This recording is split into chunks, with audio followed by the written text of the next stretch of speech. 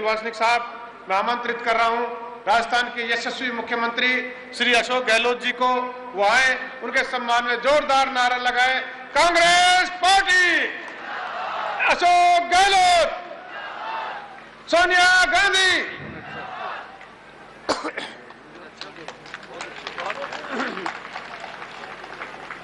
जमुआ रामगढ़ के सभी नागरिकों से अनुरोध है, जोरदार तालियों से माननीय मुख्यमंत्री जी का स्वागत करें। माननीय मुख्यमंत्री श्री अशोक गहलोत जी।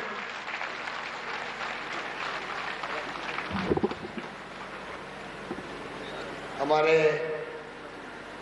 एआईसीसी के महामंत्री और प्रभारी राजस्थान, पूर्व केंद्रीय मंत्री मुकुल वासनिक साहब, प्रदेश कांग्रेस कमेटी के अध्यक्ष डॉक्टर चंद्रभान जी, केंद्रीय राज्य मंत्री लालचंद कटारिया साहब, हमारे शिक्षा मंत्री प्रज्वल शर्मा साहब, आपके लोकप्रिय विधायक गोपाल मीणा जी, पूर्व विधायक रामचंद्र सरादना जी, प्रमुख साहब हृदयलाल जी नागर, विजयलक्ष्मी जी बिश्नोई, आदरणीय IAS ईसानी साहब, सुरेश चौधरी जी, लियाकत अली खान साहब, श्रीमती रमा बजाज जी, सुशील शर्मा जी, महेंद्र जी ब्लॉक अध्यक्ष जमुआ रामगढ़, द्वारका जी मेहरवाल ब्लॉक अध्यक्ष आंधी, अजीत यादव जी, अर्चना शर्मा जी, श्रीमती रुकमा बाला सुहेल जी, अध्यक्ष कृषि उपज मंडी श्री विक्रम सिंह जी, अन्य तमाम हमारे नेतागण, उपस्थित बुजुर्गों, भाई और बहनों, नौजवान दोस्तों, मुझे खुशी है कि राजस्थान प्रदेश कांग्रेस द्वारा आयोजित कांग्रेस संदेश यात्रा के प्रोग्राम में आज आपके बीच में यहाँ तक आने का सौभाग्य मिला। रास्ते भर जहाँ से हम लोग रवाना हुए प्रदेश कांग्रेस कमेटी के ऑफिस से, तब से लगातार जो लोगों में उत्साह है, उमंग है, इस बात का प्रतीक है कि आप सबका प्यार, आपकी मोहब्बत, आपका विश्वास हम सबके प्रति है। इस कारण से आप लोग सुबह सुबह भी आना यहाँ पर मंजूर किया, और गर्मी में भी आप लोग यहाँ बैठे हुए हो, मैं आप सबको बहुत धन्यवाद देना चाहता हूँ। और आप सबको मालूम है कि ये सरकार बनी आपके आशीर्वाद से, आपने गोपाल मीणा को कामयाब किया, और आप खुद देख रहे हैं कि 4 सालों में जो भी संभव था सरकार से योजनाबद्ध तरीके से हमने काम करना शुरू किया। पहला काम था कि वित्तीय प्रबंधन हम लोग इस ढंग से शानदार तरीके से करें जिससे कि बजट अच्छा पेश कर सकें। बजट अच्छा पेश करेंगे तो अच्छी घोषणाएं होगी पब्लिक के लिए। बिना वित्त के, बिना खजाने के कोई विकास नहीं हो सकता, और वही हमने तरीका अपनाया, शानदार वित्तीय प्रबंधन किया, आमदनी बढ़ाई, राजस्व बढ़ाया प्रदेश का, और उसके कारण से ये संभव हुआ कि आज हम चारों ओर देखिए आप, एक माहौल बना है प्रदेश के अंदर। पहली बार आज़ादी के बाद में सोशल सिक्योरिटी स्कीमें आम आदमी के लिए, BPL हो चाहे APL हो, किसान हो चाहे मजदूर हो, महिलाएं हो या बच्चे हो, छात्र हो या युवा हो या बुजुर्ग हो, कोई भी वर्ग को छोड़ा नहीं गया।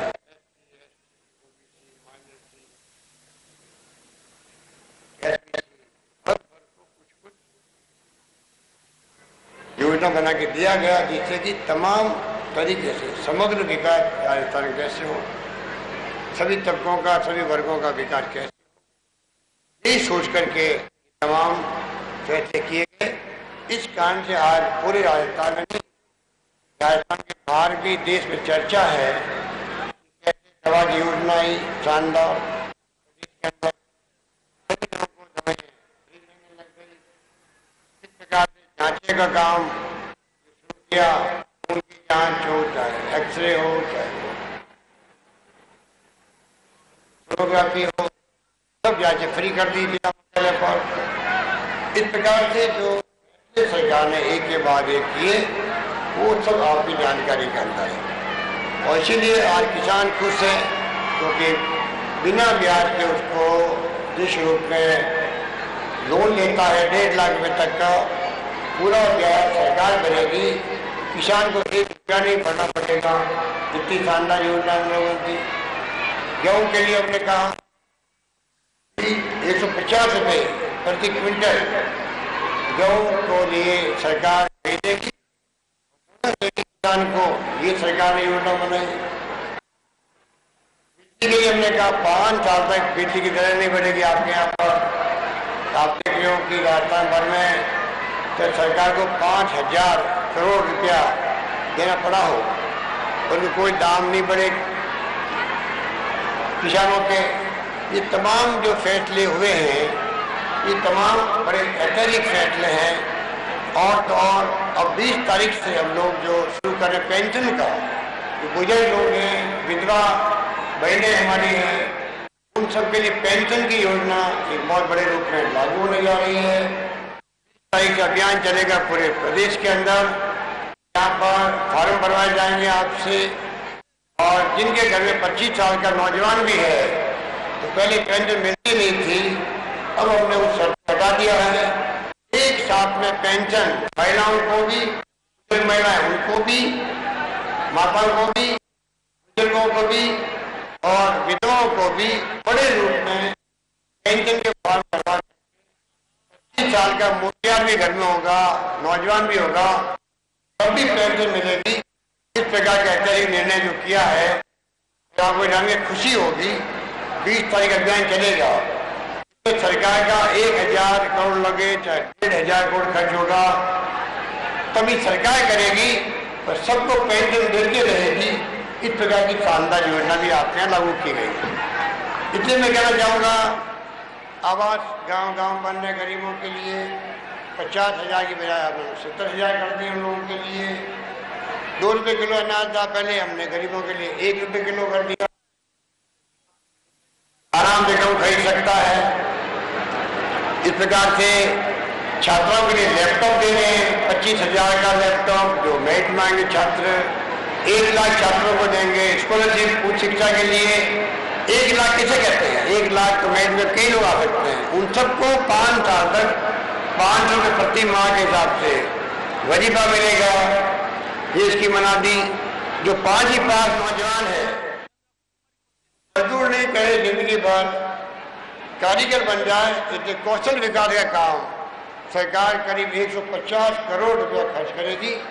उनको ट्रेनिंग दिलवा रही है जिससे कि वो मजबूती के साथ में कौशल विकास कर सके, कारीगर बन सके।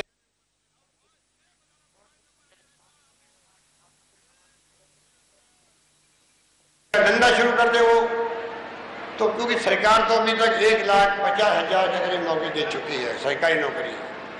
1,65,000 नौकरी और निकलने वाली है। अगले महीने आपके कांस्टेबल की भर्ती पहले हो चुकी थी, 10,000 भर्ती अभी चल रही है, और 12,000 की भर्ती अभी अगले महीने से और शुरू होगी। कांस्टेबल की भर्ती होगी, की भर्ती थर्ड ग्रेड टीचर की होगी शुरू, वो हम करने जा रहे हैं जल्दी ही। हर विभाग में आप देख रहे हो पहली बार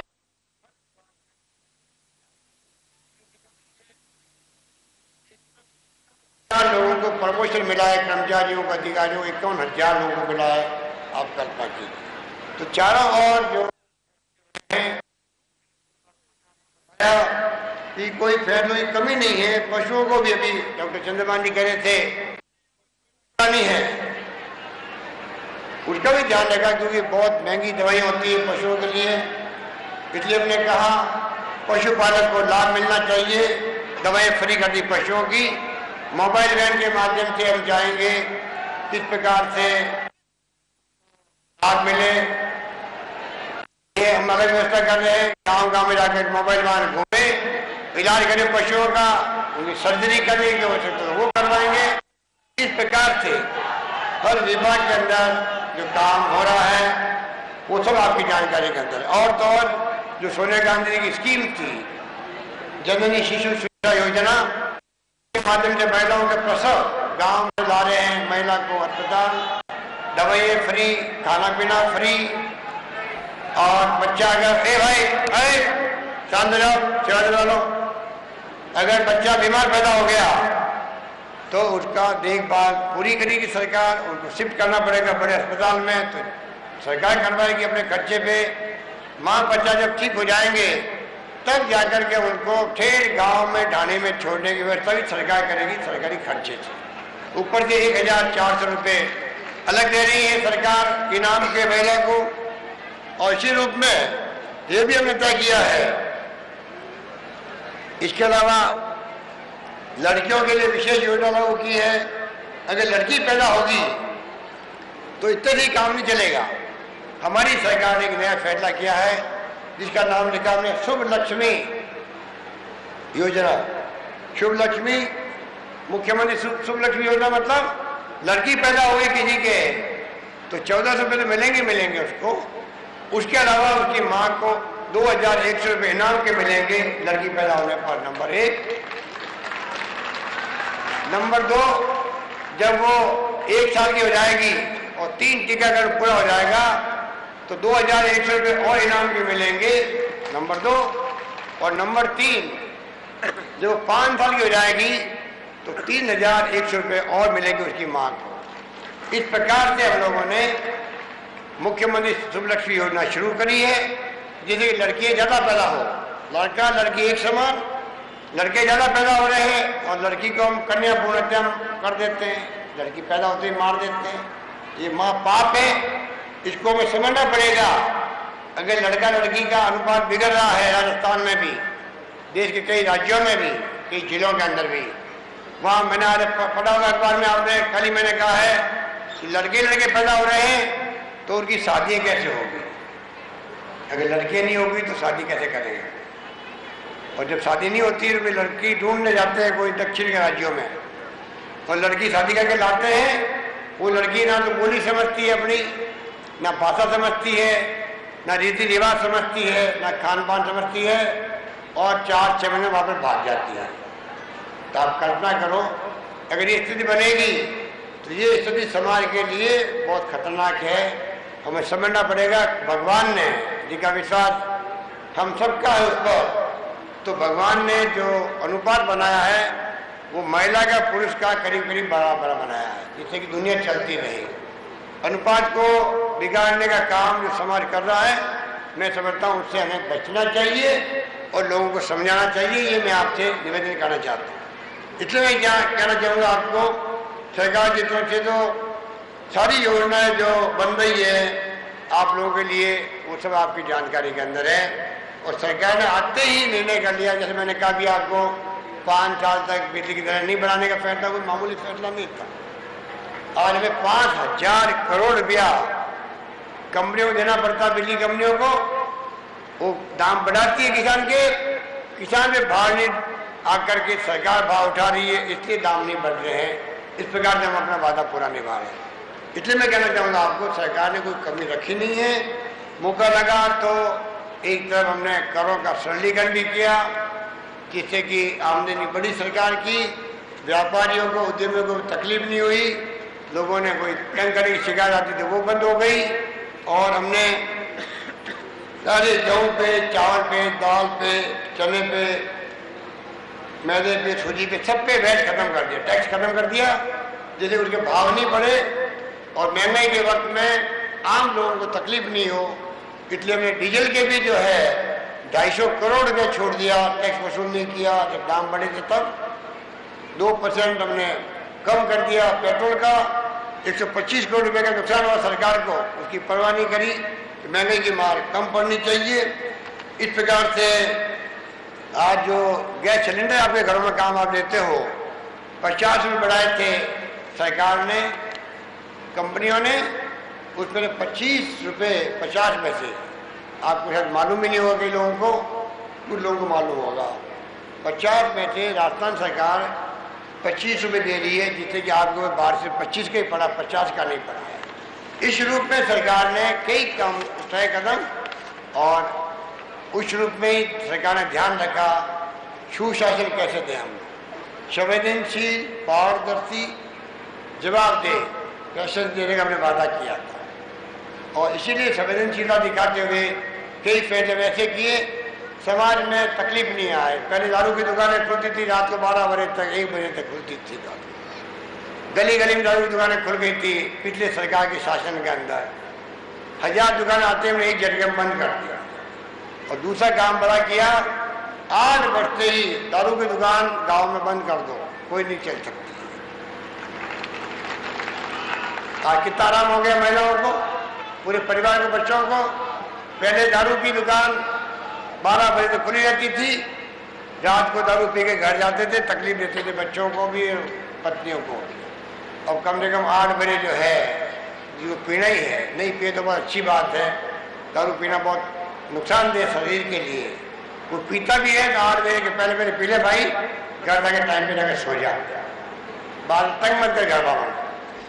ये व्यवस्था हमने करी थी उस वक्त में। गुटखा बंद कर दिया हमने, जो जर्दा है गुटखे वाला वो बंद किया। कितना नुकसान हो रहा था। धीरे धीरे महिलाएं भी सीख रही थी खाना, बच्चे भी सीख रहे थे। गाँव की दुकानों पे वो चमकीले पॉट लटकते थे और कई तो महिलाएं बेचती थी बच्चों को खरीदने लाने के लिए, तो बच्चा भी रास्ते में थोड़ा बहुत स्वाद ले लेता था, बच्चे भी सीखने लगे थे। और कितने कैंसर हो रहे थे, मुंह के कैंसर इतने होने लग गए। आप जाओगे जयपुर में महावीर कैंसर में SMS में पाओगे कि कितने लोग जो है कैंसर के शिकार हो गए। तो आप कल्पना करो, सरकार जो कदम उठा रही है वो बहुत ही बेमिसाल है। 108 गाड़ी कितनी पॉपुलर हुई आपको मालूम है। 104 गाड़ी जननी एक्सप्रेस महिलाओं के लिए अलग से गाड़ी, 4 तो गाड़ी व्यवस्था करी। प्रसव के वक्त में महिलाओं को टेलीफोन करते ही गाड़ी आ जाएगी। इस प्रकार से जो फैसले सरकार करती जा रही है वो सब आपकी जानकारी करना है। इसलिए मैं कहना चाहूँगा, गोपाल मीणा जी कह रहे थे कि साहब आपने बहुत दिया हम लोगों को। मुझे खुशी है कि एक नौजवान MLA को आपने आशीर्वाद दिया, वो कामयाब हुआ, लगातार लगा रहा काम में। रामगढ़ का अपना एक अलग इतिहास है, शानदार। बचपन से हम देखते आ रहे थे, बांध भरा रहता था, दुनिया देखने आती थी वहाँ पर। अब खाली पड़ा रहता है, सबको कष्ट होता है। तो जो मेल गति से हमने पानी लाने का निश्चय किया, ये कोई मामूली योजना नहीं है। टाइम लगेगा इसके अंदर,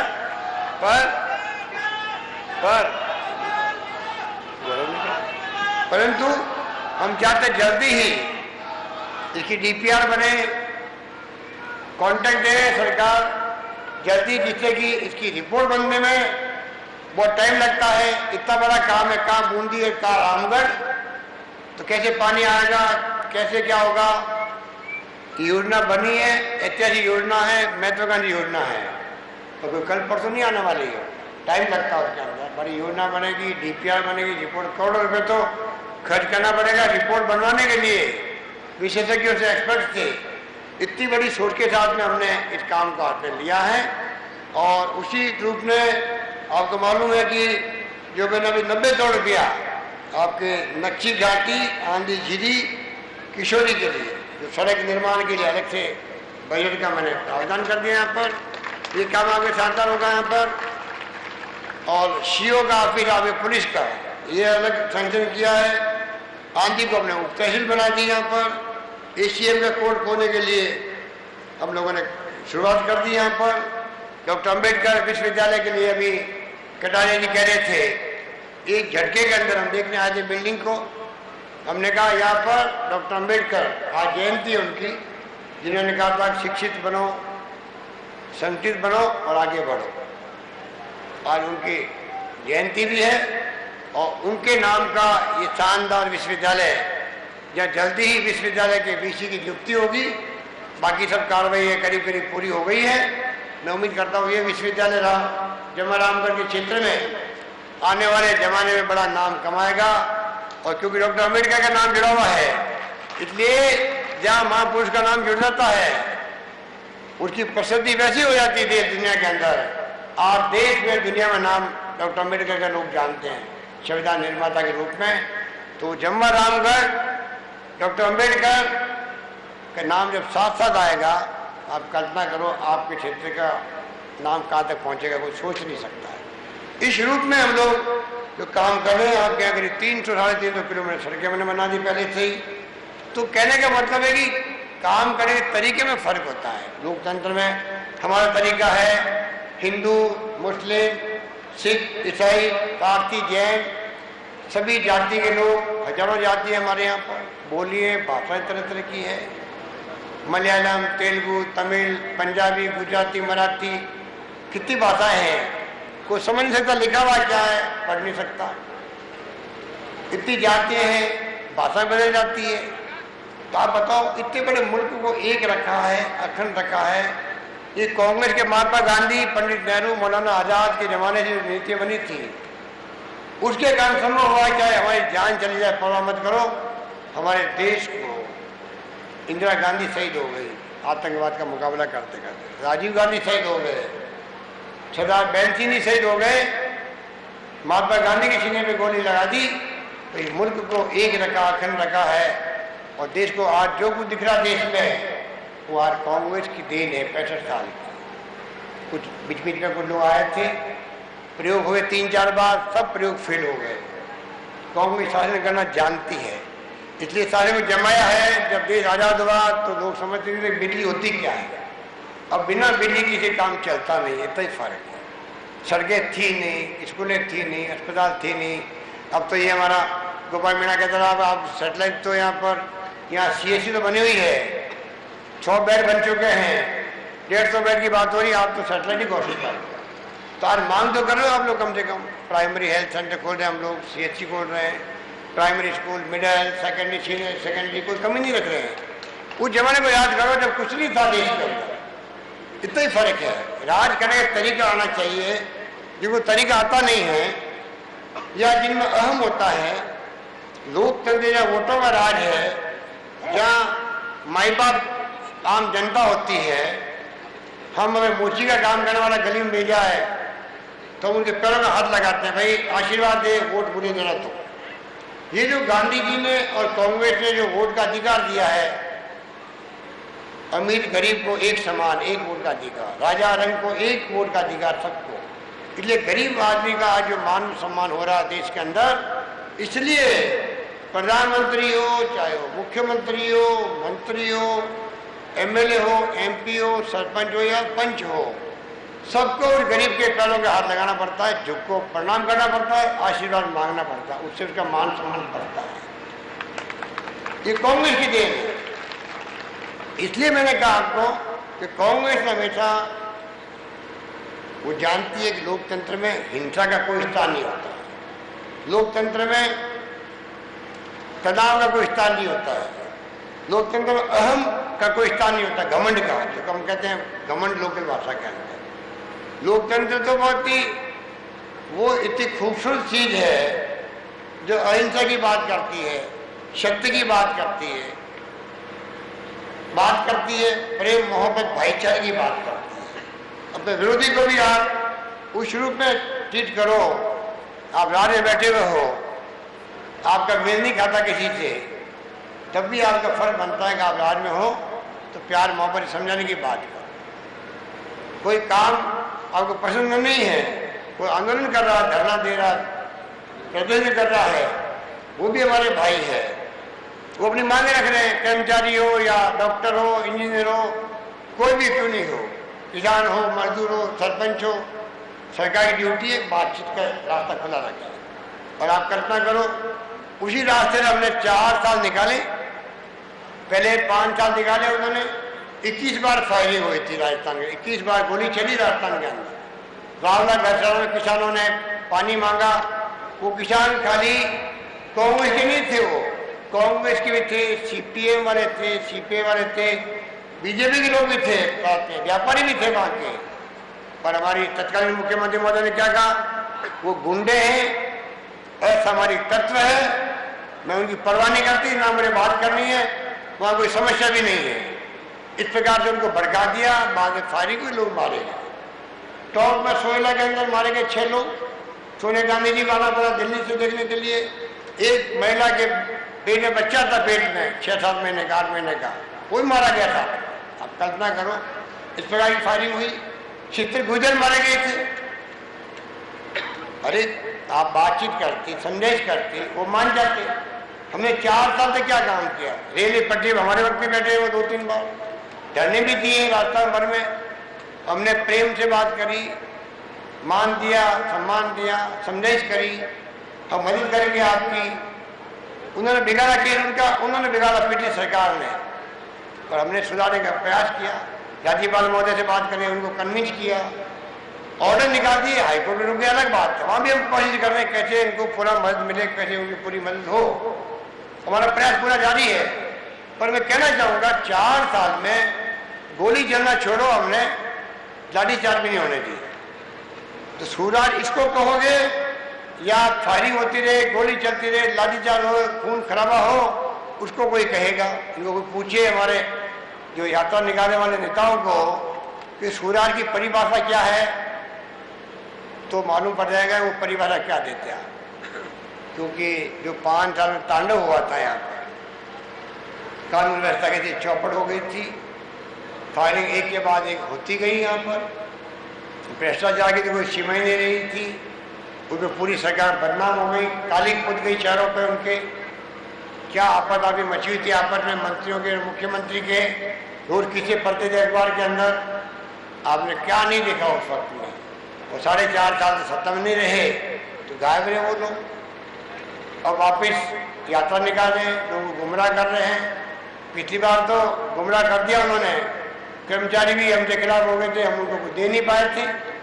अब तो डीए भी टाइम में देते हैं, मांगे भी उन्होंने मानी है उनको। अभी वित्तीय स्थिति पहले खराब थी, आज ठीक है हमारी, उधर नहीं चल रहे हम लोग। इसलिए मैं कहना चाहूँगा आपको, कृपा करके आप लोग इन बातों का ख्याल रखें। और ये यात्राएं आएगी जाएगी, आपको परवाह नहीं करनी चाहिए। इस राज्य ने जो फैसले किए हैं और जो फैसले कर रही है, और जो सीन बना राजस्थान में पहली बार रिफाइनरी आने का, बाड़मेर के अंदर तेल निकल गया, जो अरब कंट्री में निकलता था तेल, अरब कंट्री वाले इसलिए अरबपति है दुनिया के अंदर, सबसे धनवान है, तो वहाँ सोना उगलता है, जमीन, तेल निकलता है। तेल के बगैर दुनिया का काम नहीं चलता, जैसे बिजली के बगैर नहीं चलता है, तेल के बगैर काम नहीं चलता। ना मोटर चलती है, ना कोई और गाड़ी चलती है, ना पंप चलता है। वो तेल निकला राजस्थान के अंदर, गैस निकल के राजस्थान में, इसमें काकर लगता है, बिजली घर लगता है, ये गैस की टंकियाँ बनती है, तेल वो गैस जाती है उसके अंदर, वो काम आती है। ये निकल गया राजस्थान के अंदर। लेकिन ये कोयला निकल गया है हमारे यहाँ, हवा से बिजली बना रहे हम लोग 2500 मेगावाट पवन ऊर्जा से, पंखे लगने, पवन चक्की लगने लग गई राजस्थान के अंदर। सूर्य भगवान की कृपा राजस्थान में ज़्यादा है, 450 मेगावाट का तो उत्पादन शुरू हो गया है सौर ऊर्जा से, सूर्य किरणों से। तो पता नहीं इतना रेगिस्तान इलाके हैं, कितना मेगावाट बनेगी कोई सोच नहीं सकता राजस्थान के अंदर। पूरा देश इसकी तरफ देख रहा है। भीलवाड़ा में, करौली में निकल गया आयरन ओर, लोह का निकल गया, धातु निकल गया है। इस्पात के कारखाने लगने की संभावना बढ़ गई है। कितने बड़े रोजगार मिलेंगे रिफाइनरी से, इस्पात कारखानों से, खनिज संपदा से, गैस से, कोई सोच नहीं सकता है राजस्थान के अंदर। सरकारी नौकरी एक सीमा तक मिल सकती है। बाकी हमारे नौजवानों को किस प्रकार से खुद के काम धंधे करने का अवसर मिले, प्राइवेट नौकरी मिले, खुद का धंधा लगा सके, ये माहौल पूरे प्रदेश में बनता जा रहा है। तो बाकी पानी की योजना हो, बिजली की हो, सिंचाई की हो, शिक्षा की हो, स्वास्थ्य सेवाओं की हो, कोई कमी नहीं रख रहे हम लोग, कोई कमी नहीं रख रहे। इसलिए इस रूप में सरकार सारे काम अपने हाथ में लिए हुए हैं। और जो जो हम लोगों को शिकायत आती है, कर्मचारियों की शिकायत आ गई, सब बहुत कुछ दिया आपने, पर थोड़ा हमें जो बड़े अधिकारियों को मिल गया, छोटे अधिकारियों को, क्लर्कों को कुछ मिला नहीं है, चपरासी को नहीं मिला। आज उसमें क्या क्या है भाई, इनका ही ध्यान रख लो। एक कमेटी बनाई मैंने प्रिंसिपल सेक्रेटरी फाइनेंस की अध्यक्षता में, 7 दिन रिपोर्ट दो, कोई कमी बेसी रहेगी उसको ठीक कर देंगे। तो सुशासन उसको कहते हैं आप जनता की बात सुनो, जनता अगर बात कर भी कहे तो गुस्से मत हो, उसको प्यार मोहब्बत से बात सुनने की कोशिश करो। हो सकता है उनकी बात में दम हो और वो आपके समझ में बाद में आ जाए तो आप बात को ठीक कर दो, उस पर बीच में अहम नहीं आवे। ये भावना होनी चाहिए लोकतंत्र में। उसको कहते हैं स्वराज कहते हैं। अब आप बताइए, स्वराज यात्रा लेके निकले हैं, पहले परिवर्तन यात्रा थी, हम तो ले गए आपकी सेवा करने के अंदर, गांव गांव में गांव पहुंचे अकाल सूखे के अंदर। 3 सूखा लगातार पड़ा था उस जमाने के अंदर, और 3 मानसून शानदार आया इस बार, आपने देखा होगा। सूखा पड़ता था तो सब काम छोड़ के हम लोग क्या करते थे, अकाले काम खोलो, गायों को बचाओ, चारे का प्रबंधन करो, पानी का प्रबंध करो, मनुष्यों के लिए और जानवरों के लिए भी। घर घर में गेहूं पहुंचा दिया, कोई कमी नहीं रखी उस वक्त में। हम इन कामों में लगे रहे चुनाव तक, और वो हमारी बारे में जाके भ्रम फैलाते रहे पूरे प्रदेश के अंदर, खूब झूठे वादे करते गए। और चुनाव में कर्मचारी हमने नाराज थे, चुनाव में वो जीत गए जो जीतना नहीं चाहिए था उनको। मेरी दृष्टि के अंदर उस वक्त भी बिजली उत्पादन के चंद्रमानी मंत्री थे, नंबर 1 था राजस्थान, देश के नंबर 1 देश के अंदर था।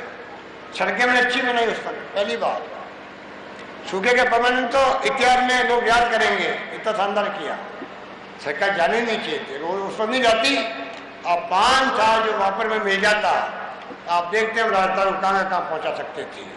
तो दुर्भाग्य की सरकार चली गई, और ऐसे लुटेरों की सरकार आ गई जो छिपके नहीं किया, छीना तान के बेईमानी की, लूटा, करप्शन किया। ऐसी मिसाल हिंदुस्तान में कहीं नहीं मिलेगी। आप चौड़े धारे बड़े बड़े रामबाग होटलों में बैठ करके, बम्बई में अपने बंगलों में बैठ करके, बड़ी बड़ी पार्टियों को बुला करके सौदे होते थे, फिर फैसले होते थे। ऐसी सरकार तो मैंने कभी जिंदगी में ना सुनी, ना मैंने कभी देखी कि ये कोई हिम्मत कर सकता है क्या। उनकी हिम्मत को दाद देनी चाहिए। हम बोलते गए, आरोप लगाते गए, अगर थोड़ी बहुत भी उनके हित की बात थी, वो अगर हम आरोप लगाते और अगर समझ जाते तो उतनी बदनामी शायद नहीं होती। और उनकी हिम्मत को दाद देनी चाहिए। जिस रूप में उन्होंने लूटा है राजस्थान को, राजस्थान वासियों को, जमीनों के सौदे किए हैं 90-20 लगा करके, चाहे वो कोई कारखाने लगाने की बात हो, इन्वेस्टमेंट करने की बात हो, कोई चित्र नहीं छोड़ा था उस वक्त में। अब इनकी पार्टी के लोग ही कहने लग गए हैं, वो लुटेरे वापस आ रहे हैं। पहले सौदे होते थे बम्बई में बैठ करके, वो लुटेरा देश का भगोड़ा है, देश का अपराधी है, वो बैठा हुआ है लंदन के अंदर, जहाँ इनके तार जुड़े हुए हैं। लंदन रोज जाना आना इसीलिए हो रहा है। वो लुटेरा वहाँ बैठ के सौदे करना जाएगा। आजकल तो कंप्यूटर में सौदे होते हैं राजस्थान में, देश में जो कंप्यूटर आ गए हैं, इंटरनेट की सेवाएं हैं, आजकल सौदे बड़े बड़े होते हैं। जो शेयर मार्केट के अंदर भी कहीं जाने की जरूरत नहीं पड़ती, घर बैठे बैठे कंप्यूटर में सौदे कर लो आप। ये नौजवान लोग जानते हैं, छात्र जानते हैं। वो कंप्यूटर हम दे रहे हैं सबको सिखाने के लिए, अच्छा काम करो, अच्छी पढ़ाई करो उसके अंदर। पर उसका जो सौदे होते हैं, तो आज तो लंदन में बैठ के वो सौदा कर सकता है।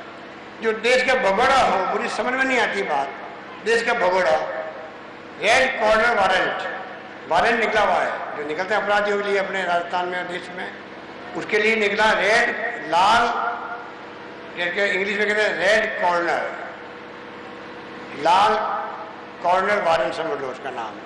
वो निकला, वारंट निकला उसके लिए। देश का भगोड़ा घोषित हो गया है और पासपोर्ट जब्त हो गया है। वो आदमी लंदन बैठा हुआ, पहले बम्बई में सौदे करता था, इनके प्रिय मित्र हैं वो। आप बताइए वो सौदे कैसे होने देंगे हम लोग? हम किसी कीमत पे नहीं होने देंगे। ये हम सब का संकल्प होना चाहिए। राजस्थान वासियों की मैं कहना चाहूँगा, पूरे प्रदेश वासियों का संकल्प होना चाहिए, किसी कीमत पर वो सौदे नहीं होने देंगे हम लोग। इसको कहते हैं कि सुराज कहते हैं। कैसे हम सुराज के रास्ते पे चल पड़े?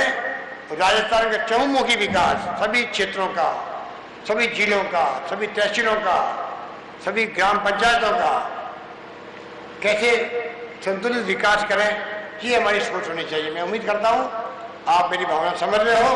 अगले चुनाव में, जो बार बार जाना होता नहीं है, चुनाव में आते हैं कैंपेन करने, मीटिंग करते भी, आएंगे भी, पता नहीं कहाँ मीटिंग आप लोग रखोगे, तो दिमाग में रखो, अगली सरकार जमा रामगढ़ की जब बने, अगली सरकार के वक्त में भी जमा रामगढ़ का प्रतिनिधि कांग्रेस के साथ में होगा। आपका कांग्रेस को कामयाब करना आपको, ये मैं कहने के लिए आपको भिजवाया।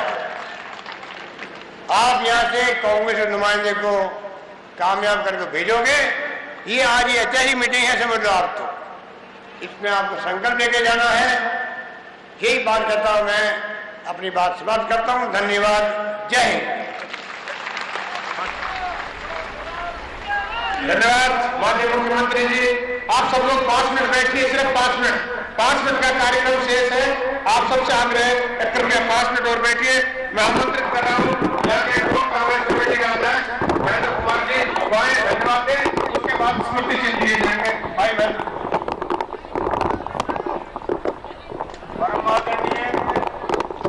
संदेश यात्रा के मुख्य अतिथि राजस्थान सरकार के तो कांग्रेस राजस्थान के यशस्वी मुख्यमंत्री विकास पुरुष माननीय श्री अशोक गहलोत जी को उनके जोरदार तालियों से उनका स्वागत करें। राजस्थान के यशस्वी मुख्यमंत्री माननीय श्री अशोक गहलोत जी।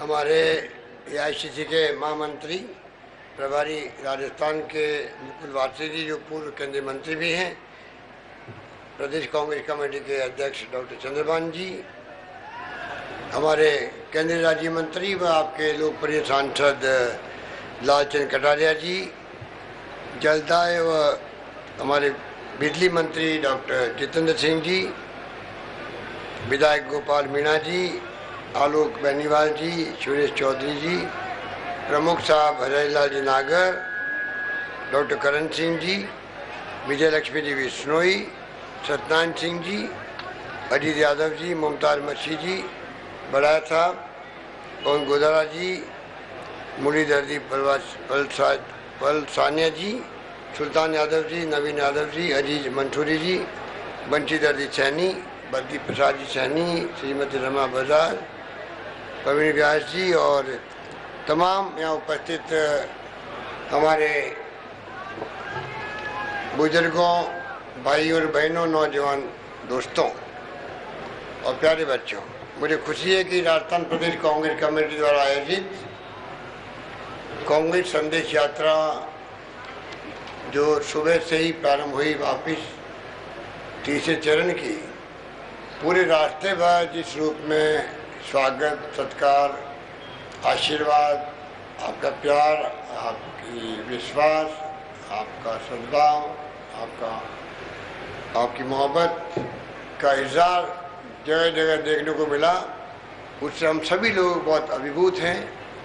और हमें खुशी है कि आपका हमेशा जिस प्रकार से कांग्रेस पार्टी का जो इतिहास गवाह है इस तिरंगे झंडे का, जिसको लेके हम यहाँ बैठे हुए हैं, जो आज़ादी के पहले ही किस प्रकार से त्याग, बलिदान और कुर्बानी हुई देश के अंदर, मुल्क आज़ाद हुआ महात्मा गांधी जी की रहनुमाई के अंदर, पंडित नेहरू, मौलाना अबू कलाम आज़ाद, एक से एक बढ़कर के उस वक्त के जो योद्धा थे वो महापुरुष कहलाए देश के लिए, और एक शानदार इतिहास स्वर्णिम अक्षरों में लिखने वाला बना के चले गए। इसलिए मुझे खुशी है कि इस कांग्रेस के तिरंगे झंडे हमेशा बुलंद रहे और उसमें आपका आशीर्वाद, आपका सहयोग, समर्थन हमें मिलता रहे। यही भावना और यही संदेश कांग्रेस संदेश यात्रा के रूप में लेकर के हम लोग चले हैं। और मुझे खुशी है कि जो गाँव के बुजुर्ग हैं वो ज़्यादा जानते इन बातों को कि जब मुल्क आज़ाद हुआ था तो हम क्या थे।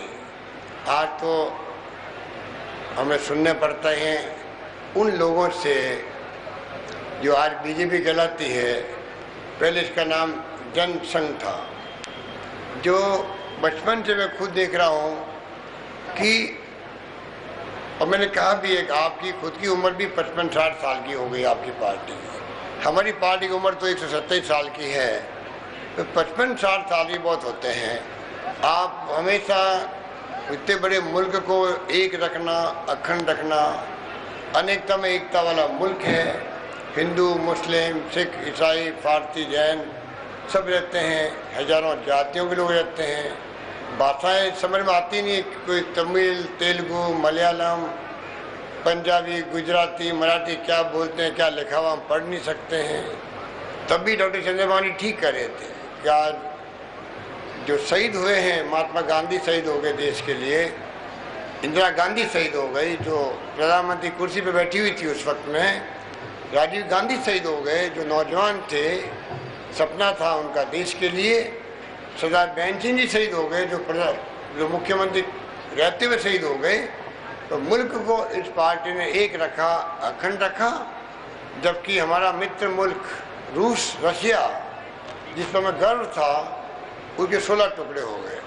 तो आप कल्पना करो, ये इस कांग्रेस के जो सिद्धांत हैं, जो उसकी नीति हैं, जो उसके कार्यक्रम हैं, जो उसके संस्कार है और संस्कृति है, जिसमें हम सब ढले हैं, बड़े हुए हैं, उसका प्रताप है कि आज ये मुल्क एक है, अखंड है। और हम सब ने संकल्प कर रखा है, जिनको आप लोग पदों में बैठाते हो, चाहे हमारी जान ही चली जाएगी परवाह नहीं करेंगे, पर देश को एक रखेंगे, अखंड रखेंगे।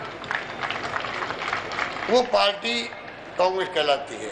इनको मैंने पूछा बीजेपी वालों का, आप बताओ भाई, 55-60 साल तो आपको भी हो गए, आज तक आपको जानते नहीं कोई दक्षिण के राज्यों में। तो आप कर्नाटक में आए थे, वहाँ आपकी दुर्गति होगी, लड़ लिए, भिड़ लिए, आपके मुख्यमंत्री जेल चले गए, 3-4 महीने जेल में जाके आए हैं।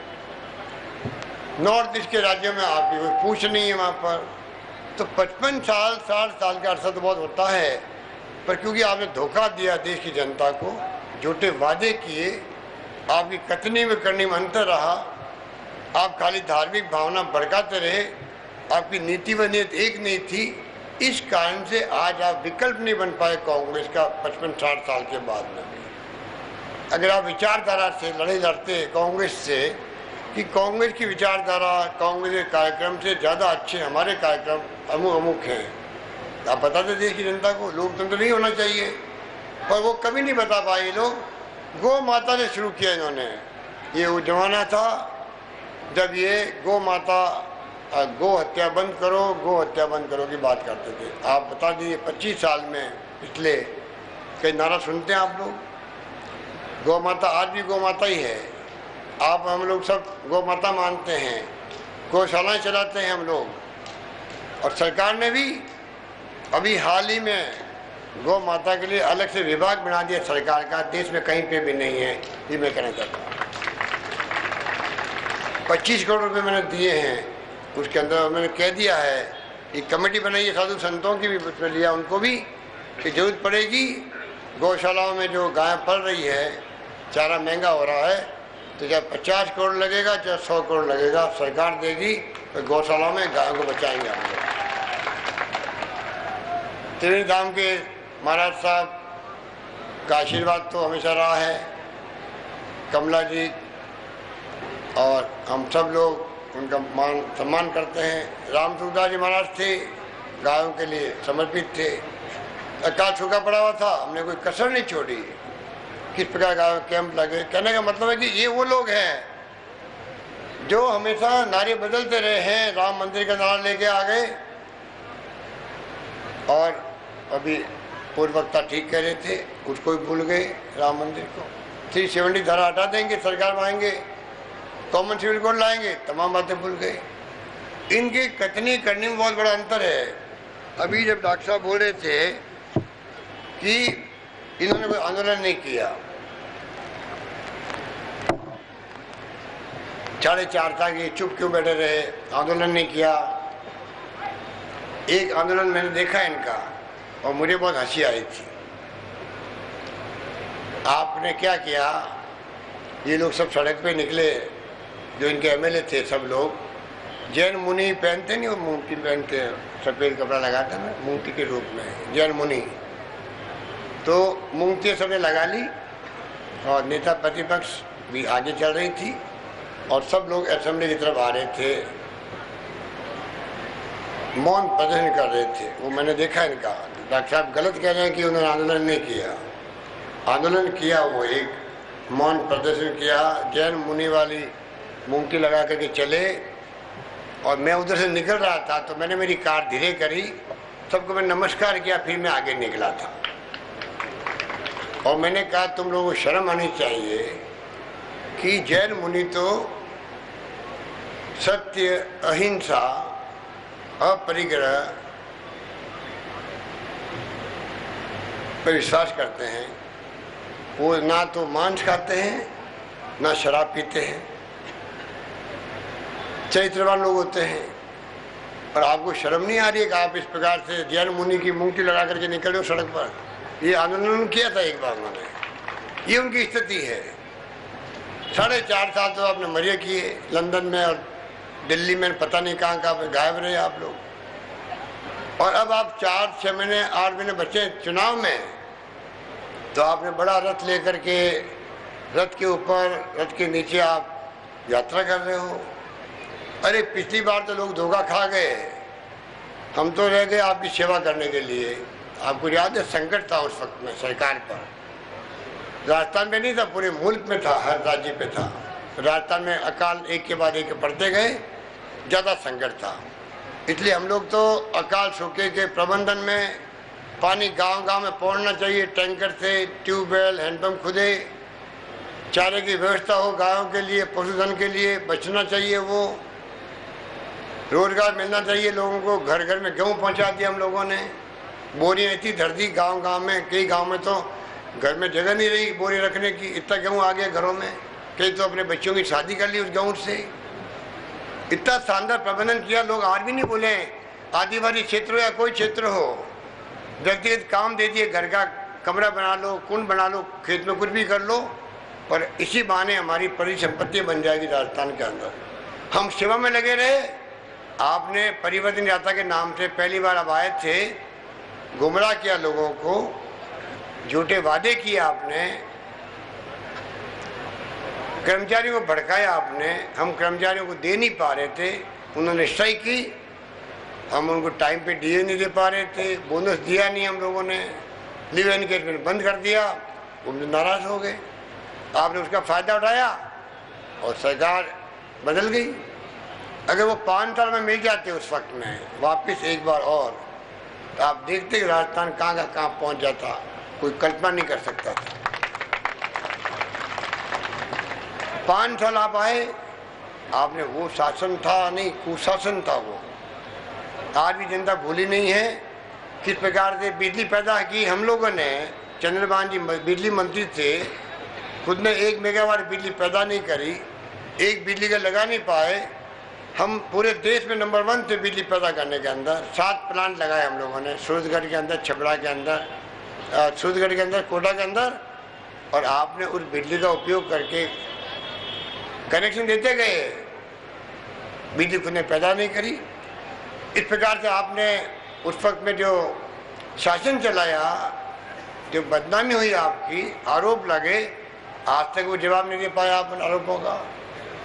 आप कोई बहाना करते हो कि आपने हमें जेल में क्यों नहीं भेजा, और वो कह रहे हैं आपने हमें जेल में क्यों नहीं भेजा। इस प्रकार की जो हालात रही है कुशासन की, राजस्थान पूरा गवाह है किस प्रकार के लोग आए थे, दलाल लोग उस वक्त में, खुलेआम दलाली चल रही थी। आज भी वो लोग लंदन में बैठे हुए हैं। लंदन का नाम बार बार क्यों आता है? और वो देश का भगोड़ा है जिसने लूटा राजस्थान को। रेड कॉर्नर वारंट है उसके खिलाफ में, पासपोर्ट जब्त हो चुका है। क्या संबंध है आपके उनसे? क्यों आज भी आपके संबंध उनसे हैं? वो देश का भगोड़ा अपराधी हो तो। और फिर जो हालात कर रखे हैं, यात्रा निकालने के नाम पे लोग गुमराह कर रहे हैं, जुमले पढ़ रहे हैं, झूठे आरोप लगा रहे हैं सरकार पर। कुछ नहीं किया, राजस्थान को पिछड़ा कर दिया। उनको पूछो आपकी डेफिनेशन क्या पिछड़ा होने की राजस्थान की। राजस्थान तो तेज गति से प्रगति कर रहा है। प्लानिंग कमीशन ने कहा राजस्थान का पिछड़ा रहा ही नहीं है। आज राजस्थान जैसे प्रदेश में कृषि को लेकर के अगर राष्ट्रपति जी और प्रधानमंत्री जी 2 साल लगातार, मैं भी गया एक बार हमारे बुड़क साहब गए कृषि मंत्री, उनको कृषि के क्षेत्र में, दलहन के क्षेत्र में राष्ट्रीय पुरस्कार, प्रथम पुरस्कार मिला हो, आप कल्पना कीजिए। और मैंने कहा, ये मुझे पूछा मीडिया वालों ने वहाँ पर, मैंने कहा इसका श्रेय ज़्यादा राजस्थान किसानों को जाता है, जिनके मेहनत से आज राजस्थान इतना आगे बढ़ा है, राष्ट्रीय पुरस्कार प्राप्ति किया है। कृषि को लेकर प्लानिंग कमीशन ने एप्रिशिएट किया राजस्थान को। आपने पढ़ा होगा जब वो लोग जाके आए थे प्लान साइज मंजूर करवाई हमने। 40,500 करोड़ की प्लान साइज मंजूर करवा के लाए, जो इतिहास में आज तक कभी नहीं हुआ। तो मैं आपको निवेदन करना चाहूँगा कि क्योंकि चुनाव का वक्त आ गया, ये क्षेत्र वो है जहाँ कमला बेनीवाल जी ने लंबे समय तक इस क्षेत्र की सेवा करी, चप्पे चप्पे से वो वाकिफ थी। आप जानते थे किस रूप में उन्होंने इस क्षेत्र का विकास किया। कोई बात होती पानी की, बिजली की, शिक्षा की, स्वास्थ्य सेवाओं की, सड़क की, मेरे साथ वो मंत्री भी थी, उप मुख्यमंत्री भी रही। मुझे मालूम है कि किस प्रकार से उनका काम करने का तरीका था, किस प्रकार से उनकी प्रशासनिक पकड़ थी, कैसे वो समर्पित थी गरीब के लिए, किसान के लिए, गांव के लिए। मैं समझता हूँ कि मुझसे ज़्यादा आप जानते हो, क्योंकि आपका सीधा वास्ता पड़ता था। इसलिए मैं कहना चाहूँगा कि चुनाव में अब कई वादे किए जाएंगे, कई बातें की जाएगी, कई गलतफहमी पैदा की जाएगी, और गलतफहमी पैदा करने में तो इनकी मास्टरी है। देखो, ये कई बार पहले आपको मालूम है, एक बार गणेश जी को दूध पिलवा दिया इन्होंने। ये कुछ भी कर सकते, इन मामलों में इनका कोई मुकाबला नहीं कर सकता। हमने आपसे वादा किया संवेदनशील, पारदर्शी और जवाबदेह प्रशासन देंगे। उस वादे को निभाते हुए हम आगे बढ़ते जा रहे हैं, उसी जिम्मेवारी को हम निर्वहन कर रहे हैं। आज सौभाग्य राजस्थान में आप कल्पना करो, तेल निकल गया, अरब कंट्रीज में तेल निकला तो वो सोना उगल रहा अरब कंट्रीज के अंदर। दुनिया में सबसे धनी राष्ट्र बन गए अरब कंट्री वाले। आज तेल निकल गया बाड़मेर के अंदर, रिफाइनरी हम लेके आ गए, उसकी मजाक उड़ा रहे हैं लोग। 40,000 करोड़ की रिफाइनरी है, गैस निकल गई है, खाद के कारखाने, बिजली घर, LPG के कनेक्शन जो घर में होते हैं वो कनेक्शन, सब कुछ राजस्थान में होगा। हवा से बिजली पैदा होने लगी, 2,500 मेगावाट हो चुकी राजस्थान में। पवन चक्कियाँ लगी हुई है जगह जगह पर, पूरे रेगिस्तान के अंदर। सूर्य किरणों से बिजली पैदा हो रही है अलग से, 450 मेगावाट तो पैदा हो चुकी है। इतने रेगिस्तान के इलाके पता नहीं कितने मेगावाट बिजली पैदा हुई, कोई सोच नहीं सकता। एक तरफ तो वो सिनेरियो बन रहा है राजस्थान में, जहाँ पर खनिज संपदा के भंडार भरे पड़े हैं। भीलवाड़ा के अंदर, करौली में आयरन ओर निकल गया, जहाँ इस्पात के कारखाने लग सकते हैं। परसों हमने बैठ के मीटिंग करी है, भारत सरकार ने मंजूरी दी है राष्ट्रीय इस्पात निगम को। पहले से ही जिंदल की कंपनी तो वहाँ लगा चुकी है प्लांट। तो आप कल्पना करो, एक तरफ तो रोजगार के नौजवानों की चिंता हम कर रहे हैं। आज हमने करीब 1.5 लाख नौकरियाँ दी है, थर्ड ग्रेड टीचर हो, चाहे कांस्टेबल की भर्ती हो। अब 10-12 हज़ार की कांस्टेबल भर्ती और अगले महीने शुरू हो रही है। 20,000 थर्ड ग्रेड टीचर की भर्ती और शुरू कर रहे हैं, हम लोग करने जा रहे हैं। राष्ट्रीय ग्रामीण स्वास्थ्य मिशन नरेगा में कोई 40,000 जो लोग लगे हुए थे, उनकी हम चिंता कर रहे हैं, उनको हम कह रहे परमानेंट करें, वो अलग कार्रवाई चल रही है। जो फीडबैक आता है उनको दूर करते जा रहे हैं। एक तरफ तो सरकार और 1,65,000 की नौकरी हैं, तो इसकी भी हमने लागू कर रहे हैं। दवाइयाँ फ्री है, चाहे वो जांचें फ्री है, 2 रुपये किलो अनाज का 1 रुपये किलो कर दिया, मकान बनाने की स्कीम है। जितनी स्कीमें निकाली हम लोगों ने, PHC नहीं बनेगी, CHC नहीं बन रही है, कॉलेज खुलेंगे, primary, middle, secondary, senior secondary school खुलेगी। उसी अनुपात में जो नई नौकरियाँ हर विभाग में निकलेगी, वो 1,65,000 होगी। वो हमने काम शुरू किया है। वो कहते साहब स्कीम बड़ी अच्छी है, लागू नहीं होगी। अभी तक 66 योजनाएं तो हम लागू कर चुके हैं सरकार नया बजट पेश करने के बाद। जो नौजवान बैठे हुए हैं वो देख सकते हैं इंटरनेट पर, जो घरों में कंप्यूटर होते हैं, लैपटॉप होता है। हम छात्रों को दे रहे हैं लैपटॉप 25,000 का। जो छात्र 56,000 छात्र जो पोजीशन आएंगे मेरिट में, 10th पास, 12th पास, 8th पास, उनको सरकार देगी। करीब 360 करोड़ रुपये खर्च कर रही है। आने वाले वक्त में राजस्थान में नौजवान पीढ़ी जो सूचना क्रांति हुई है उनका फायदा उठाए और मानव संसाधन हमारा बने और राजस्थान आगे बढ़े। एक तो हमारी ये सोच है। गांव-गांव हमने IT केंद्र खोल दिए, राजीव गांधी भारत निर्माण सेवा केंद्र, जहाँ पर आप देख रहे हो। अभी मैं एक आपके यहाँ पर उद्घाटन करके आया हूँ अभी नातावाला में ग्राम पंचायत में, जहाँ पर आप देखो पानी के, बिजली के, टेलीफोन के बिल जमा हो रहे हैं। वहाँ पर जाति प्रमाण पत्र, मूल निवास प्रमाण पत्र पर महीने लग गए।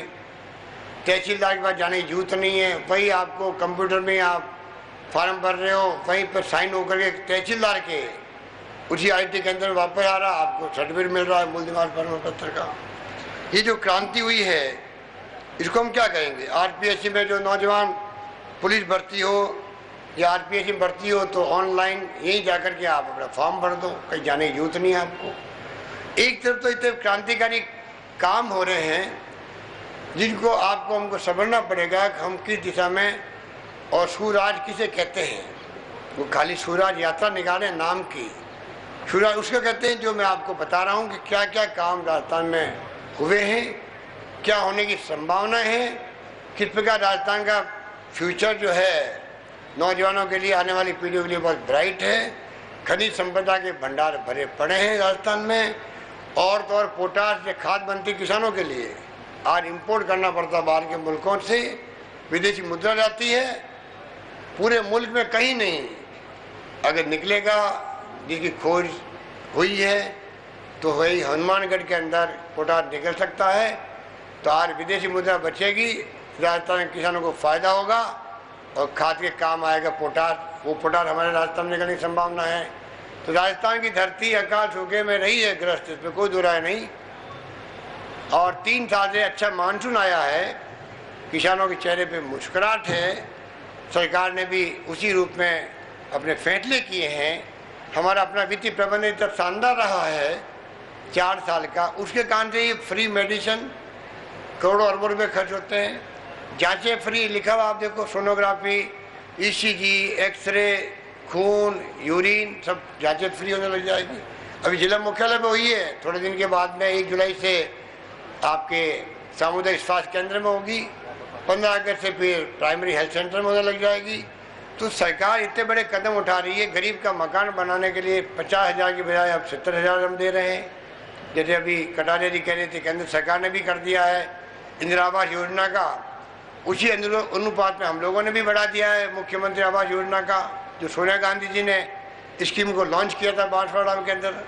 3400 करोड़ रुपया हुडको से लेकर के हम लोग गांव-गांव मकान बन रहे गरीबों के। हम चाहते हैं एक भी कच्चा मकान नहीं हो, झोपड़ा नहीं हो। आपके इलाके में कई बार मुझे मालूम है आग लग जाती है, झोपड़े जल जाते हैं, आंधी तूफान में रात निकालना मुश्किल होता है छोटे बच्चों के साथ में। हम चाहते हैं एक कमरे का मकान भी हो, एक बरामदा बन जाए, बाथरूम बन जाए। ऐसे बन गए, मैं कोई 20-25 गाँव में देख के आया हूँ। लोगों की आंखों में आंसू आ जाते हैं कि ज़िंदगी में पक्की छत मिल गई हम लोगों को, और मुझे कहते खुशी है। हमारी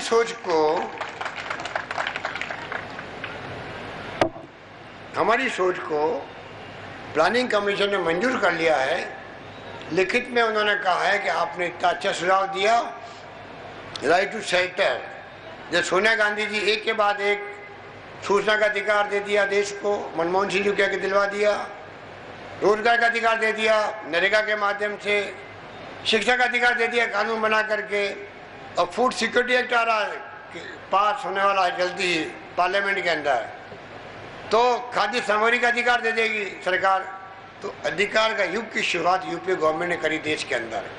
ये सोनिया गांधी जी की सोच थी, अधिकार जनता को तो कानून बना करके उनको हाथ नहीं पसारना पड़े नेताओं के सामने, उनका अधिकार के साथ बात करते कि मेरा अधिकार है सूचना लेने का, मेरा अधिकार है खाद्य सामग्री लेने का, मेरा अधिकार है शिक्षा देने का मेरे बच्चों को, मेरे को अधिकार है रोजगार प्राप्त करने का। ये अधिकार युग की शुरुआत है। इसलिए मैं कहना चाहूँगा, एक तरफ तो ये सिनेरियो बना हुआ है, और दूसरी तरफ जब भूखे रह रहे थे, राजस्थान के अकाल सूखा पड़ा हुआ था, अटल बिहारी वाजपेयी जी प्रधानमंत्री थे, मुझे जाना पड़ता था बार बार गेहूँ मांगने के लिए वाजपेयी जी के पास में, और ये लोग कहते थे राजस्थान में लोग भूखे मरेंगे। मैंने कहा इन्होंने कई जुमले कहे उस वक्त में, अब भी जुमले आप पढ़ रहे हैं अखबार के अंदर, वो आप देख ही रहे हो, उस पर भी जुमले बोले थे। सोनिया गांधी जी आती थी राजस्थान में, सोनिया गांधी क्या जगह चली गई आपको, अरे सोनिया गांधी ने तो रिफाइनरी दे दी यहाँ पर राजस्थान के अंदर, ये मत भूलो। सोनिया गांधी जहाँ गई है यूपी गवर्नमेंट ने वहाँ पर इमदाद भी करी है। बाढ़ आ गई थी, बाढ़ में के अंदर सोनिया गांधी जी वहाँ आई थी, तभी जुमले इन्होंने ऐसे ही बोले थे। दिल्ली जाके यही रक्षा मंत्री थे, आज राष्ट्रपति महोदय प्रणब मुखर्जी क्या क्या इमदाद करी वो आज रिकॉर्ड के अंदर हमारे पास में। पर ये कहते थे लोग भूखे मरेंगे, मुझे कहते थे ये राजस्थान का मुख्यमंत्री तो क्योंकि गवर्नमेंट इनकी थी, एनडीए गवर्नमेंट, घमंड था इनको। उस घमंड के कारण तो आप चंद्रमान सुन चुके हो। अगर घमंड नहीं होता तो 21 बार फायरिंग नहीं होती राजस्थान में, गोली नहीं चलती। घमंड नहीं होता, चित्र गुजर नहीं मारे जाते, रावला घटना में किसान नहीं मारे जाते, शोला में 6 लोग नहीं मारे जाते और एक महिला जिसके पेट में बच्चा तो वो नहीं मारा जाता। वो घमंड नहीं मरवा दिया राजस्थान को, अहम ने मरवा दिया। अहम लोकतंत्र में वोटों के राज में काम नहीं आता है। वोटों के राज में तो झुक के पैरों का हाथ लगा के आशीर्वाद मांगना पड़ता है, चाहे वो गरीब से गरीब आदमी को नहीं हो। ये लोकतंत्र है। राजा रंग का एक वोट है यहाँ पर, अमीर गरीब हो एक एक वोट का अधिकार है। इसलिए आज मान सम्मान गरीबों का होता है। तो मुझे कहा गया कि राजस्थान का मुख्यमंत्री अशोक गहलोत दिल्ली की सड़कों पर भीख मांगता फिर रहा, वहां पर दिल्ली की सड़कों पर गेहूं की। आप बताइए आप। मैंने कहा मेरे को गर्व है कि मैं, लोकतंत्र है, केंद्र सरकार है, मैं जाके अगर भीख मांगू और मुझे गेहूं लेने की जरूरत पड़े तो मैंने कहा मेरे रहते हुए राजस्थान में तुम भूखे मरने की बात करके लोगों का दिल तोड़ रहे हो। मेरे मुख्यमंत्री रहते हुए मैं एक आदमी को भूखा नहीं सोने दूंगा राजस्थान के अंदर, और नहीं सोने दिया उस वक्त में। आप याद करो 42,000 गाँव के अंदर मैंने गेहूं की बोरियां रखवा दी थी, गांव के अंदर बिना मांगे हुए। एक एक सरकारी कर्मचारी लगा दिया गांव में कि वो इस संकोच में नहीं मांगे गेहूं। कई बार आदमी संकोच करता, मैं क्या भीख मांगूं, क्या लोग सोचेंगे मैं गेहूं मांग रहा हूं, तो संकोच करता आदमी। मैंने कहा उसका ही पता लगा हुआ आदमी गांव में कि कोई संकोच में गेहूं नहीं मांग रहा हो, गेहूं पहुंचा तो उसके घर पे कोई आदमी भूखा नहीं सोना चाहिए राजस्थान के अंदर। वो करके दिखाया। हम तो भूखा नहीं सोने की बात कर रहे थे, वो लोग गुमराह कर रहे थे, झूठे वादे कर रहे थे और सत्ता में आ गए। इसलिए मैं कहना चाहूँगा आपको, कहने को तो बहुत सारी बातें हैं पर टाइम नहीं है, आगे और मीटिंगें भी है। हमने तो एक के बाद एक फैसले आलीशानी किए हैं, 2 घंटे बोलूँ तो कम पड़ता। अभी हमने बुजुर्गों के लिए जो पेंशन होती है 750 हमने कर दी है उनकी पेंशन। पहले 200-300 रुपये मिलती थी उनको, पिछले साल से बढ़े तो 750, उससे कम है तो 500 रुपये। और पति पत्नी को पहले कम हो जाती थी मिलके, अब पूरी मिलेगी, महिला को भी और पुरुष को भी। पर सबसे बड़ी बात जो मैं कहने वाला हूँ, जो आपको मालूम है आपको, 25 साल की शर्त थी पहले। घर में कोई बच्चा 25 साल का अगर है या हो जाएगा तो पेंशन बंद हो जाती थी उसकी। 25 साल का होते ही बच्चा भाई अभी कमाने वाला हो गया। हमने कहा अभी हमने वो शर्त को हटा दी है। 1,500 करोड़ रुपया, 1,500 करोड़ रुपया खर्च होगा, उसका अंदाज है हमारा। और 20 अप्रैल से पूरे प्रदेश में अभियान चलेगा। सुन लीजिए आप लोग, 20 अप्रैल से अभियान शुरू हो रहा है। आप सबको मैं अपील करूंगा, गांव में कैंप लगेंगे, पैसे गाँव की तरह फॉर्म भरे जाएंगे उन महिला पुरुषों के, बुजुर्गों के, विधवाओं के। शर्त हटा दी गई है। शर्त हटने के बाद जिनको पहले पेंशन बंद हो गई थी लाखों लोगों को, क्योंकि 25 साल का नौजवान घर में हो गया था, उन सबकी पेंशन मैं वापस शुरू करवा रहा हूँ पूरे प्रदेश के अंदर। और नए लोग जो लेना चाहेंगे उनके फॉर्म भरवाएंगे वापस हम लोग। आज सुबह में फैसला किया है, कोई शर्त नहीं होगी, पूरा उनको पेंशन मिलेगी। इस प्रकार से एक बड़ा निर्णय ये भी हमने कर दिया है। इसलिए मैं आपको इतना ही कहना चाहूँगा कि इतनी सरकार की योजनाएं कृपा करके उन पर ध्यान दें, और गरीबों को, आम आदमी को, APL, BPL सबको हमने तो सपोर्ट किया। मजदूरों के लिए स्कीम बनाई है, पेंशन की अलग बनाई है, साइकिल अलग दे रहे हैं, लड़कियों को 8 पास करते ही साइकिल मिलेगी उसको। सब कुछ किया है आपके लिए, गांव के लिए, गरीब के लिए, किसान के लिए। 2 रुपये तो 1 रुपये की अलग बात है, परंतु किसान को गेहूं को 150 रुपये बोनस इतिहास में पहले कभी नहीं मिलता था। हमारी सरकार ने पहली बार 100 रुपये दिया, इस साल हम 150 रुपये देंगे प्रति क्विंटल बोनस, न्यूनतम सपोर्ट प्राइस के अलावा भी दे रहे हैं हम लोग। जो कर्जा लेगा किसान, पहले 1 लाख की लिमिट थी, अब 1.5 लाख तक कर दी मैंने। 1.5 लाख तक के कर्जे में पूरा ब्याज किसान को 1 रुपया नहीं भरना पड़ेगा, पूरा ब्याज सरकार भरेगी बैंकों के अंदर किसान के खाते का।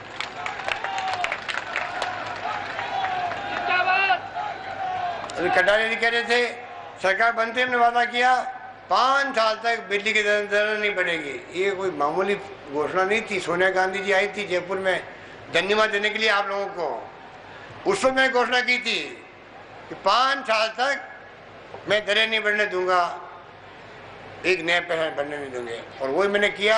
आप बता दीजिए कि मंत्री बैठे हुए हैं, कंपनियां पैसा लेती है और सरकार पैसा दे रही है उनको, किसान के ऊपर भार नहीं पड़े। आज करीब 5,000 करोड़ रुपये सरकार देती है, तब जाकर के भार नहीं पड़ता किसानों पर। इसलिए मैं कहना चाहूँगा कृपा करके आप लोग ध्यान रखें, सरकार तो सब तरह से फैसले कर रही है एक के बाद एक, और आपकी जानकारी में है। आप कृपा करके जो फैसले हुए हैं उसका लाभ पशुपालकों के लिए हमने जो अभी फैसला किया 2 रुपये प्रति लीटर दूध के, सरकार उसको अलग से अनुदान देगी प्रति लीटर किसान को। आप कल्पना करो कि डेयरी में जो दूध देगा 2 रुपये एक्स्ट्रा मिलेंगे किसान को प्रति लीटर दूध के। इस प्रकार का फैसला भी राजस्थान में हो गया है। ये तमाम फैसले ऐतिहासिक फैसले हैं। अब आप कृपा करके, मैं तो खाली इतना ही कहना चाहूँगा कि आलोक बेनीवाल से बात आपको कह दी, उप तहसीलें बनाने की लगा के पानी की स्कीम अभी यहाँ पर हम लोग करके आए हैं। 4.5 करोड़ की स्कीम है। मैं दवास परिवार को और उनके जो पार्षद उमेश चंद्र दवास, ढाणी दवासों वाली नातू नगर, जिनके प्रयास से ये शानदार योजना लागू हुई आज 4.5 करोड़ की पानी की। इन्होंने अपनी ज़मीन दी है, 833 वर्ग गज की कीमती ज़मीन दी है, इन्होंने निःशुल्क दी है, इसलिए संभव भी हो गया बनाना पंप हाउस वहाँ पर। और इन गाँव को वार्ड नंबर 1, 2, 3 सबको उसका लाभ मिलेगा। इसलिए मैं उनको धन्यवाद देना चाहूँगा आप सबकी तरफ से। और इन्हीं शब्दों के साथ में मैं आपसे अपील करूँगा, कृपा करके जो योजना बनी है उसका आप पूरा लाभ उठाएं। और गांव-गांव में जो चाहे जननी शिशु योजना, शिशु सुरक्षा योजना है महिलाओं के लिए, पूरा पैसा सरकार दे रही है। गांव से लाने का, वापस भेजने का, बच्चा बीमार हो गया पैदा होते ही तो पूरा इलाज करवाने का, खाने का, पीने का, दवाइयों का, रहने का सब खर्चा सरकार कर रही है। तो हमारी जिम्मेदारी बनती कि हम ये सोनिया गांधी जी खुद की स्कीम महिलाओं के लिए, इसका हम लोग लाभ उठाएं। इस प्रकार से तमाम जो योजनाएं हैं, मैं आपको विश्वास दिलाता हूँ कि आप निश्चिंत रहें, वो तमाम योजनाएं राजस्थान में लागू होगी। आपको मैं इतना ही कहना आह्वान करना चाहूँगा, अगला चुनाव आ रहा है, चंद्रमा जी कह चुके आपको, पिछली बार हम लोग कामयाब नहीं हो पाए हैं 2 बार से। अब गलती करना मत आप लोग, आपको वापस सरकार बनानी है और आपके शाहपुरा की सीट कांग्रेस झोली में जाए, ये मैं आह्वान करना चाहता हूँ आपको। सारे कोई मतभेद तो देखो, जो काम करता है उसकी गलती भी होती है, कोई काम करता ही नहीं उसकी गलतियाँ क्या होगी।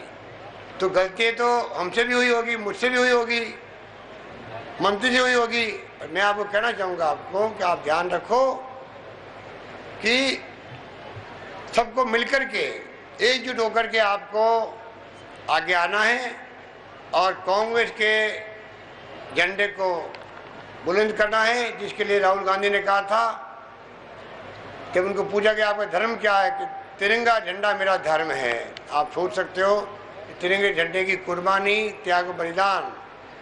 लोग हमारे कई जेलों में गए थे उस जमाने में, लाठें खाई, गोलियां खाई, जेलों में बंद रहे, तब जाके आज़ादी मिली हमें। तो आज तिरंगा झंडा बुलंद रहे, यही बात मैं आपको कहना चाहूँगा कि आप कांग्रेस को भारी बहुमत जिताएंगे। ये बात करता मैं अपनी बात समाप्त करता हूँ। धन्यवाद। जय हिंद। आपको